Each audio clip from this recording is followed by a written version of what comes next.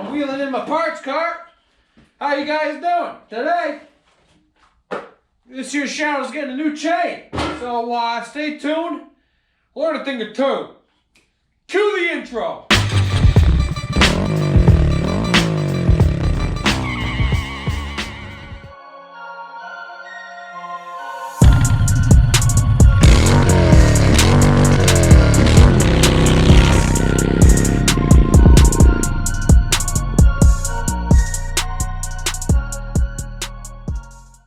Previously on the channel, we went ahead and used my brother's parts washer. Clean off the roll gum on the bottom of this, clean up the rear sprocket, all in order for me to put on a new chain. Not any chain, high performance X-ring chain. More about that in a minute. But anyway, this here chain was 130 bucks. And when you buy a premium chain, inside the box is the chain. Looks like this. Open her up. Look at this chain. This chain, heavy duty. A lot of duty. When you open your new chain, yes, you get the chain, but also you'll get either a master link or a rivet link. There are two types of chains in this world, master link and rivet link. Don't know the difference? I'll show you. The easiest one is a master link. All right, I'll show you. Come with me. The easiest chain to do would be a master link. Now, a master link chain was not available for the Shadow. The Shadow needs a heavy dutier chain. So with the heavy duty chains, you gotta rivet them. You can't master link them. But let me show you how you do a master link. Okay. Never mind my dirty basement. I ran out of room in the garage, so now I'm in the downstairs. But anyway. Oh, this light is horrible. This is the master link. It's got an opening here and a closed piece here. The best way to take a master link off, take a flathead and simply push against here. The top and the bottom will separate and the centerpiece will slide through. The link comes off and you push it out and you're done. So you place your screwdriver here and push. Boom. See that? This piece, come on, comes out. Bam. What do you call about that? So then you take your screwdriver here, twist. You want to separate the back part from the boys. Now, it's fighting me because there's like 1, 2, bam. Your link's out. Now you can just push through here. Some chains will have O-rings, some won't. These do. There you go. That's your master link. Again, we'll go through here. Simply push it through both parts on the new chain. 1, 2, 2. Put in my O-ring. Take my faceplate, push it through. So when you're pressing the master link back on, you can use channel locks and kind of grab it and push it over. Yes, I know. You're like, oh, why are you using channel locks on the chain? It's a freaking dirt bike, dude. It's a dirt bike. It's a motorcycle, whatever. The chain is a chain. You get it on there. You can use that. You can push it on simply. Sometimes that works. You can use a C-clamp, a tiny boy, and just kind of screw it in there to pinch it together. Or you can use a chain breaker. Now this is a Motion Pro old school chain breaker. This is a new chain breaker, but a rivet tool. We're gonna get that in a second with that Shadow. But for this part will go on the back and you can just turn here with a wrench and you can just push this pin and tighten it and it will push the master link right up against the other part of the chain. It will snap right in and voila. Take it off once it's all the way down and you slap in the master link clip like this. All right, so now I'm done twisting it, tightening that down. I should just be able to back it off. And now the clip can go right over, slide in, grab your Phillips and push. Like so. Here. Your link is on. Now, when it comes to putting the link on, what you want to do is you want to be able to have the round part go this way, because when you're rolling forward, the chain goes that direction. It's old school trick. Not that it's happened to me, but it could happen to, it's happened to other people where they're off-roading and a rock comes and clips this and hammers it in a way, and this thing go pew! That thing just go pew! Flying off, and you're like, oh! Then the chain breaks, whips all the way through, cracks your front sprocket, boom, and now you got rev limiter in 2 seconds, and you ain't going anywhere because you just snapped the motherfucking chain off. That's how you do a master link on a master link chain. All right, enough of that stuff. Onto the rivet chain.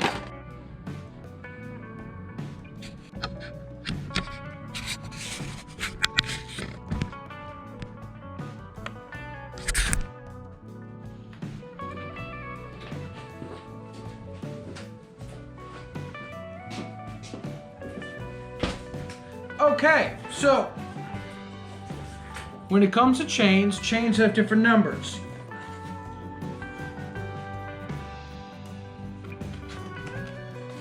There's going to be 2 numbers. The first number is the size of the chain times X. The second number, the first number is the size of the chain times the second number is how many links there are. Now,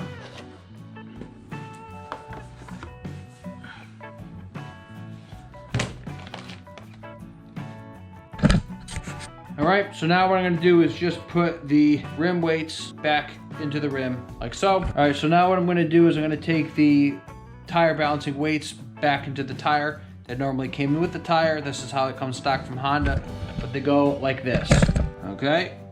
Then I'm gonna take our sprocket piece here and slide it in, like so. Perfect. Now, typically, once I have everything placed in order, like so, what I would do is use some grease. I use red grease from Mobil 1. You get an AutoZone. I don't have that right now. So what I'm actually going to use on some of the parts is Never Seize. Now, Never Seize is a anti-seizing lubricant, but it can handle temperatures -65 all the way to 1600 degrees Fahrenheit. I highly doubt my bearing is going to reach 1600 degrees, so I'm just going to do a little dabbling. I'm going to dabble a little bit of sauce on there, sauce it all up, get it all nice and saucy. It'll be easier to come in and out with the axle. So this stuff spreads everywhere fast, so watch your hands and use some gloves if you got some. I'm only gonna take just a little bit. I don't gotta go crazy. Again, not necessary. Just gonna kind of coat the center there. Leave that like that. Okay? Simple. As I just said to be careful with the Never Seize, I ended up getting it all over the freaking camera. What a mess. Got a little sauce on there. This is in place. The tricky part is to get it all together, back together, because it's not easy. But here we go. Brand new shoes, clean job, roll it in. It would be so nice. I'm gonna set this up here. Oh, go in here like so. Place that like that. That's the beauty about the jack, is you can really go up and down if you need it. So I simply put the shoe in the rim. We're gonna go over here, jack her up so I can get this safety bit down. And now I'm gonna lower the bike a couple clicks at a time, making sure this stays somewhat secure. Rotate that a little bit.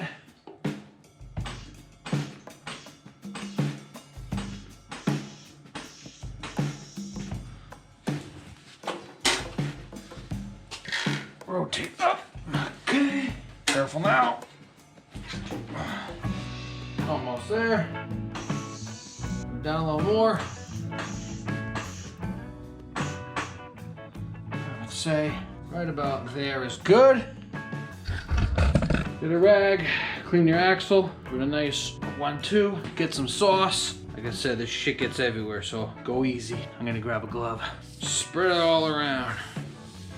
Very good. All right, that glove is done. Tilt the tire away. You should now be able to get your spacer in. Like so. Grab your sauced axle, push it through. Okay, I might have to jimmy it. Wiggle around. Oh, okay, good. Now I just gotta find the nut, which I lost, so back in a minute. 1 hour later. Okay. Spacer. Washer, I mean. Oh! Nut. Locking nut.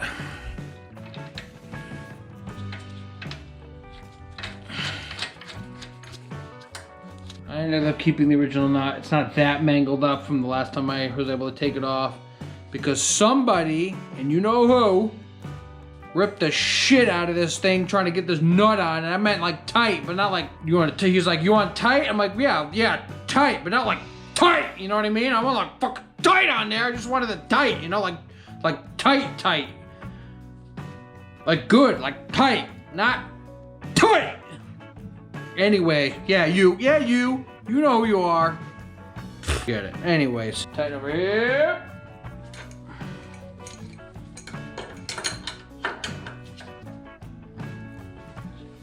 Okay. Just a little bit so you can slide it. There you go. Over here. Slide over. Grab your chain. Now the chain is going to be pre-greased, which is the best grease you can put on a chain. Now what I'm going to do is, you should do is just take this plate off with this nut here, but I'm going to see if I can just do it the way I want to do it. Simply be, feed it all the way down to the front sprocket. Along the chain guide. Push more this way.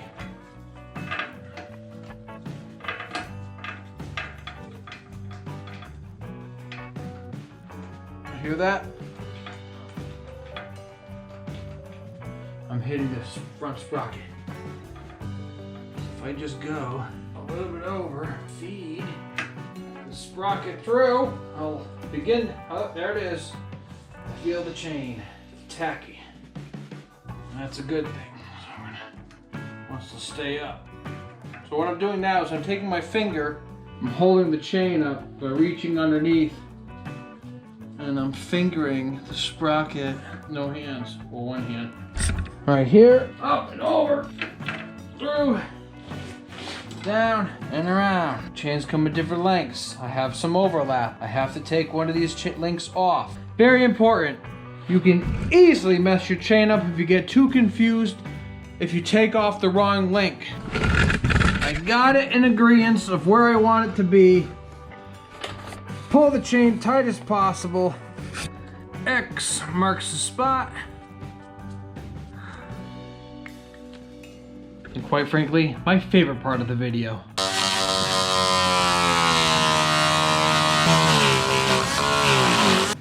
Okay, how to use a press tool. This is a press tool. It's a tool, and it presses. So what I want to do is take this pin. You want to match your pin up about the same size, as big as you can, to the pin of the chain. I'm going to go with this one. Grab the breaker, drop your pin in. You'll see it pops through this side. So I'm going to go ahead and push this part in, and out comes the piece that I need, the piece of resistance. I'm gonna go in here. I'm gonna go like this.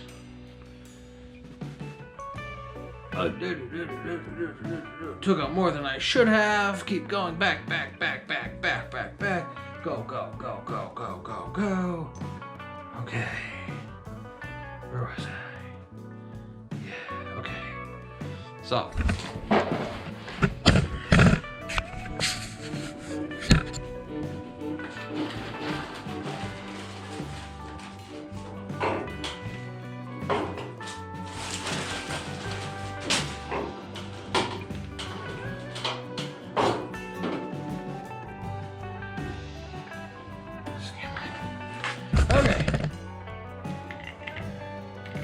this hole will straddle the other pin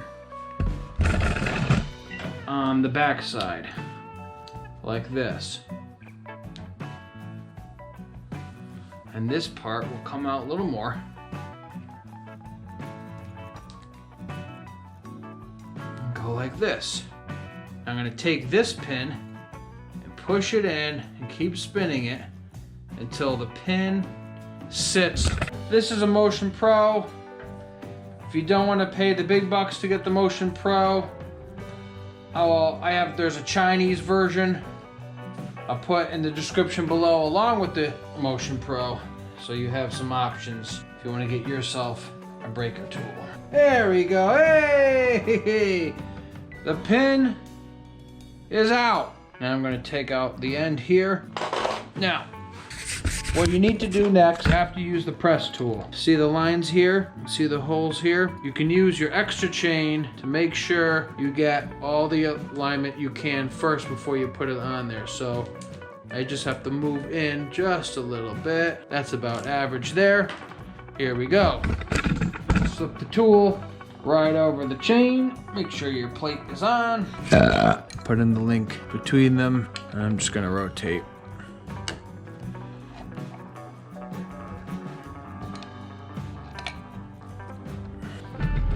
Okay, so with a little bit of adjustment, I tightened both ends there. It was fighting me a little bit, but anyway, we got this on here now. We finally got the link pushed through, so we have the 2 bits sticking through now. All you have to do is go onto the tool here, and they have the rivet ball. See the ball on the end? That will go in there, and when we rivet it, it will smush out both sides, sandwich it out, keeping the chain intact. So extend it all the way, put the base plate on the back and at the back, loop the chain over here. That way those pins don't get pushed out when you do it. Take the big boy, push that through. Put the little daddy in now. If I can get it in. Come on, go in. Okay. Going.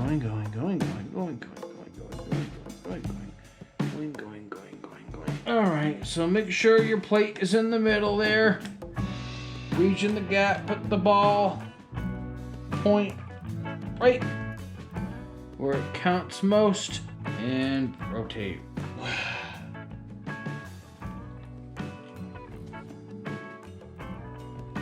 Okay, that's one. Up to the top. Make sure your back is aligned. Turn it in. And sandwich. Let's flare that one out a little bit more. I'm gonna go back.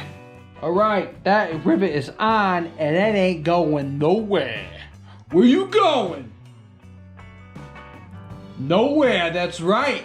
Okay, so like that, we're riveted on. What you want to do is put your nut on the axle. Just ever so a little bit. You want to be able to move the tire forward and back.